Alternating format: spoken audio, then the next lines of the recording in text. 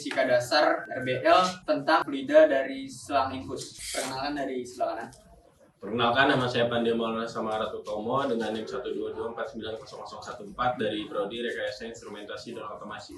Perkenalkan, nama saya Muhammad Ridwan Dulu dengan NIM 122490012 dari Prodi Rekayasa Instrumentasi dan Otomasi. Perkenalkan, nama saya Ahmad Amiruddin dari Teknik Mesin dengan NIM 122170045. Perkenalkan, nama saya Tani Barib dengan NIM 1224026 Teknik Telekomunikasi. Perkenalkan, nama saya Muhammad Rizkal Mubarok dengan NIM 122490013 dari Prodi Rekayasa Instrumentasi dan Otomasi. Perkenalkan, nama saya Nicholas Ramadan dari Teknik Mesin dengan NIM 122170032. Perkenalkan, nama saya Davin Ade Memperegi dengan NIM 122170037 dari Prodi Teknik Mesin. Apa itu hukum Bernoulli? Bernoulli menjelaskan dasar teori kinetik gas dan hubungannya dengan hukum Boyle. Bunyi hukum Bernoulli yang menyatakan bahwa kenaikan kecepatan aliran dari fluida mampu menyebabkan adanya penurunan tekanan fluida secara bersamaan, atau juga bisa diartikan dengan menurunnya energi potensial fluida tersebut. Fluida merupakan zat dapat mengalir dan memberikan sedikit hambatan pada perubahan bentuk saat ditekan, misalnya seperti zat cair dan gas. Namun, fluida tidak selalu mengalir. Di beberapa kondisi, fluida dapat diam dan disebut juga dengan fluida statis. Sebagai cabang ilmu fisika, fluida statis berkaitan erat dengan tekanan serta keseimbangan air dan zat fluidanya. Untuk memahami lebih lanjut, berikut ini pembahasan lengkap konsep dari fluida statis. Fluida dibagi menjadi dua. Fluida statis. Fluida statis adalah fluida yang berada dalam fase tidak bergerak atau diam, atau fluida dalam keadaan bergetar, tetapi tak ada perbedaan kecepatan antara partikel fluida tersebut, atau dapat dikatakan bahwa partikel-partikel fluida tersebut bergerak dengan kecepatan seragam sehingga tidak memiliki gaya geser. Contoh fenomena fluida statis dapat dibagi menjadi statis sederhana dan tidak sederhana. Fluida dinamis. Fluida dinamis adalah fluida dapat berupa zat cair dan gas yang bergerak. Untuk memudahkan dalam mempelajari, fluida di sini dianggap steady, mempunyai kecepatan yang konstan terhadap waktu, tak termampatkan, tidak mengalami perubahan volume, tidak kental, tidak turbulen, tidak mengalami perputaran. Dalam kehidupan sehari-hari, banyak sekali hal yang berkaitan dengan fluida dinamis ini. Besaran-besaran dalam fluida dinamis debit aliran Q adalah jumlah volume fluida yang mengalir per satuan waktu, atau Q sama dengan delta V, delta T sama dengan AV, delta T sama dengan AV, dengan Q sama dengan debit aliran M per 3S, A sama dengan luas penampang, M kuadrat, V volume fluida, M pangkat 3, dan V sama dengan laju aliran fluida dalam kurung MS, T sama dengan waktu atau second. Hukum Bernoulli.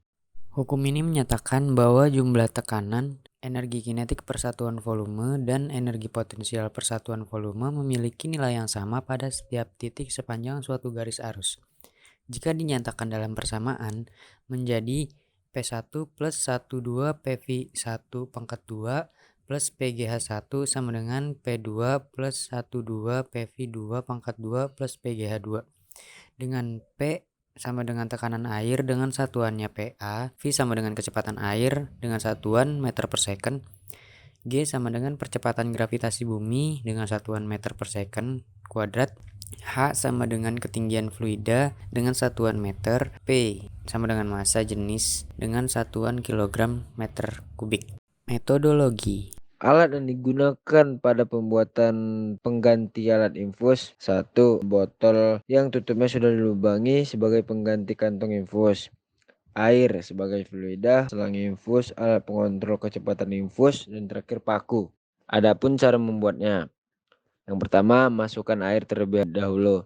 Nah, di sini air sebagai fluida ke dalam botol yang tutupnya sudah dilubangi sebelumnya menggunakan paku. Yang kedua, masukkan ujung tali infus ke dalam tutup botol yang sudah dilubangi. Dan yang terakhir, Rapatkan hingga ujung tali infus dengan tutup botol agar tidak bercecer tetes air infus. Berikut adalah contoh videonya.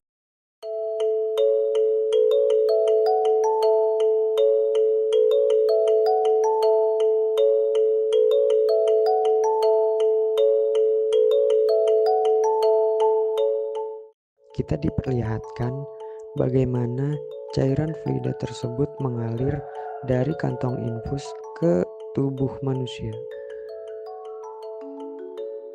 Kita dapat mempercepat aliran fluida dengan alat pengontrol kecepatan infus. Berikut adalah sedikit contoh dari bagaimana cara menggunakan infus. Analisis.